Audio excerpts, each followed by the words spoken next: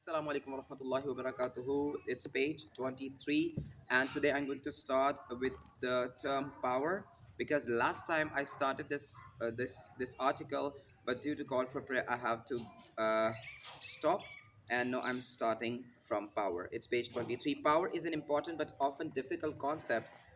Dugan defines power actively, suggesting that it involves the capacity to bring about change. So the very first thing about power is the power is a kind of tool which is used to bring about a change. However, define powers passively, arguing that one definition involves the power to do nothing by making other believe nothing has to change. Power also has many sources. Weber distinguishes between two types: force or corrosive power, where people are forced to obey under threat of punishment. Consensual power, authority, where people obey because they believe it right to do so. So first of all, I need to define what is power, and we got two different dimensions of power.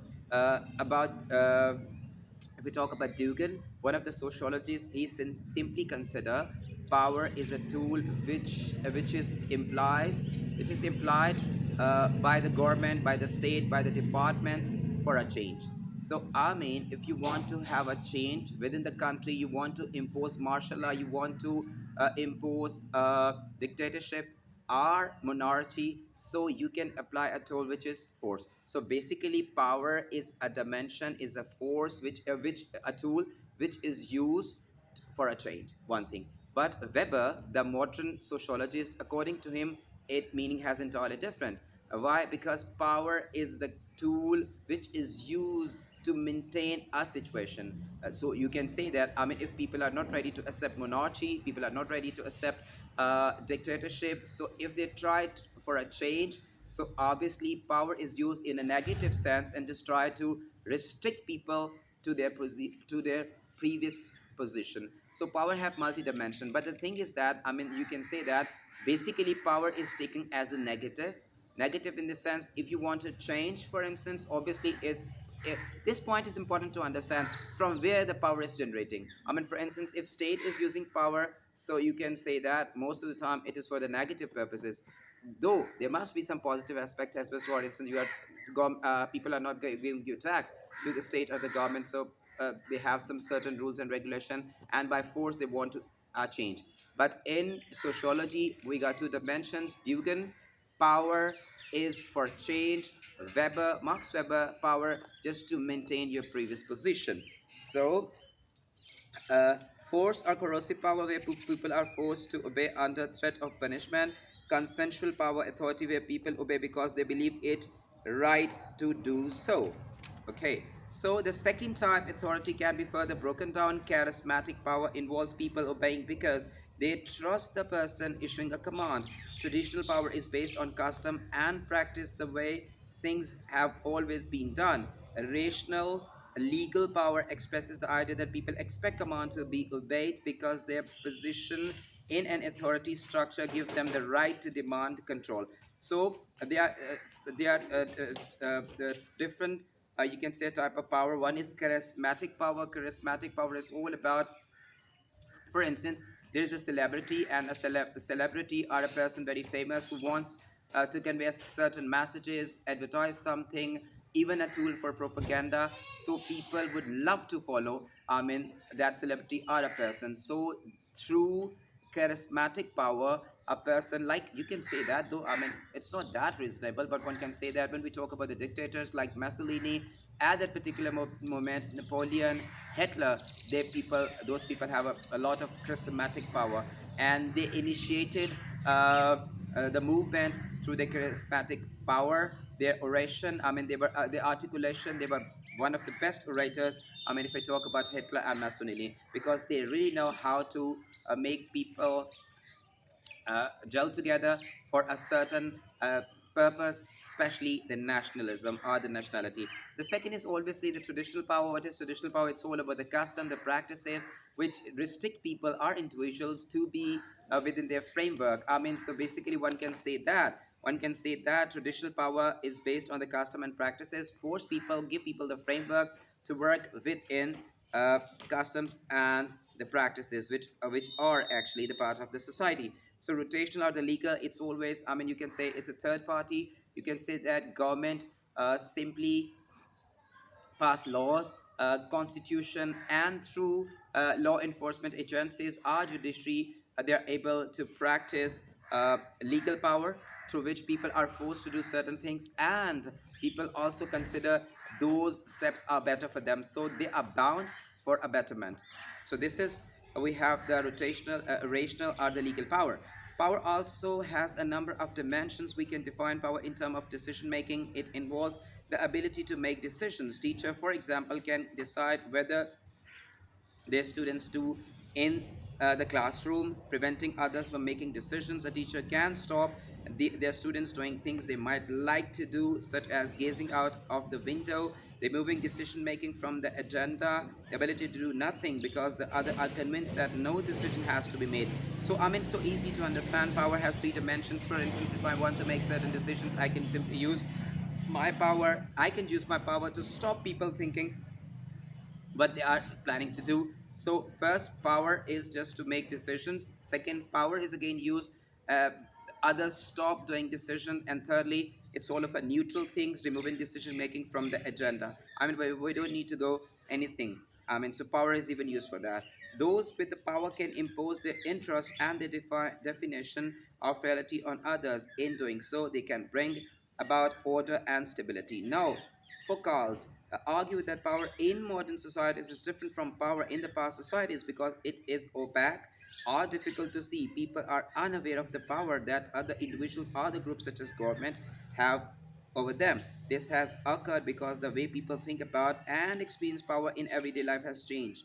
In the past, social control was mainly based on the coercive power in a range of ways, from a king or a queen exercising supreme power to prison system that maintain total control over the body. In modern society, Foucault claimed power is exercised in increasingly subtle modes way, such as technological surveillance, both from above, such as closed-circuit television (CCTV) being used to film people, and from below, for example, how someone use a smartphone can be used to gather information about them.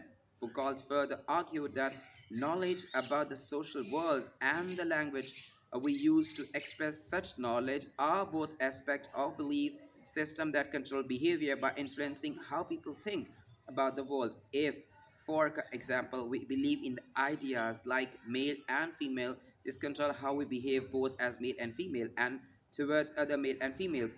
Although reality is socially constructed, the construction process itself involves a complex relationship between beliefs, ideologies, and power on one side, the broad structure elements of the culture, and everyday ideas about the role, values, and norms on the other side.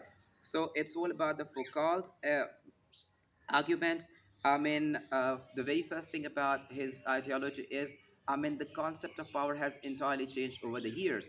I mean, almost you can say 30 to 40 years before, monarch, queen, kings were the powerhouse of power. So they use power for the change. They use power just to maintain, I mean, the situation they would like to.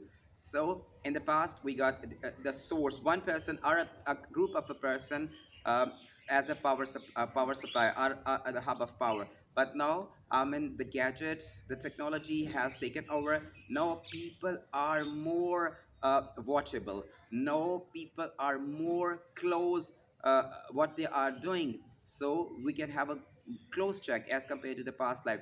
But when we're using gadgets, I mean, the people are unaware how much they are on observation. So past years, one can say that people have to some extent liberty or the freedom to talk whatever they like to. But now things are entirely different. With the help of artificial intelligence, gadgets, CCTVs, the cameras, the technology, and we are using the term technological surveillance. I mean, so through this, I mean, obviously we have CCTVs. We can watch the movement of the people on the ground in the streets. I mean, then I mean, you can say we use smartphones, and whatever we speak, whatever we receive, whatever we like to watch, whatever we can exchange things, we can be watched, we can be observed through smartphone and this latest technology. So basically, according to Foucault, I mean, it's, I mean, two-way traffic.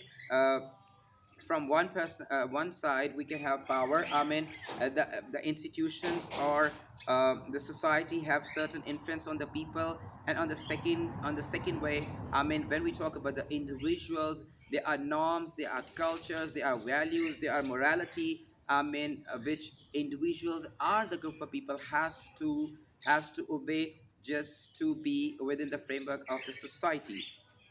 So the last thing about this topic is the consensus. The functionalist view is that order is maintained through a consensus, a general agreement on a set of values. This is not seen as being imposed from above by the ruling class as in Marxist theory, but rather the outcome of the majority accepting it. Those in authority have the power to punish those who break the consensus, for example, by committing a crime, but they will have the support of society in doing this. The punishing of criminals reinforces the boundaries of the value system. It actually strengthens it. Be reminding everyone of which behaviors are not tolerated. The consensus is also reinforced by collective ritual when the members of the society join together to confirm the acceptance of the consensus. This may be through religious ceremonies or the use of symbol as the flags or singing a national anthem. The consensus can change over time. If opinion changes within a society, then ruler and the walls will change to reflect this. In this way, the society is able to remain stable despite change. So, in this paragraph, one can say that it's all about the consensus, it's all about the ideology of the functionalists. So, one can say that according to functionalists, they try their level best to maintain society in consensus. One thing. Second thing is that if they simply think about the punishment, why government or the institutions have punishment, I mean, just to make the society on, you can say, just they just want to have society in a very collective mode. I mean, most of the people try to be gel together for the prosperity of the society and the country. So according to functionalists, one can say that it's important to have certain rules and regulation, certain you can say punishment are the rewards to make society on the one line, or people need to work according to their framework.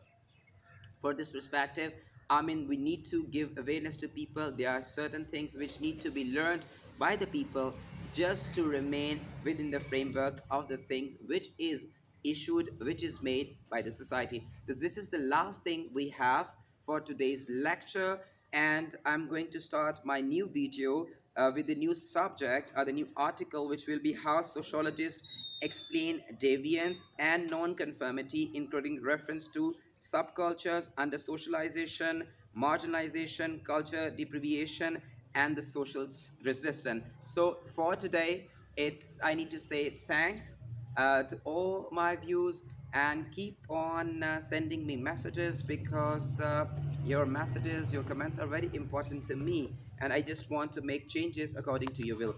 Till then, fi amanullah, take great care of yourself.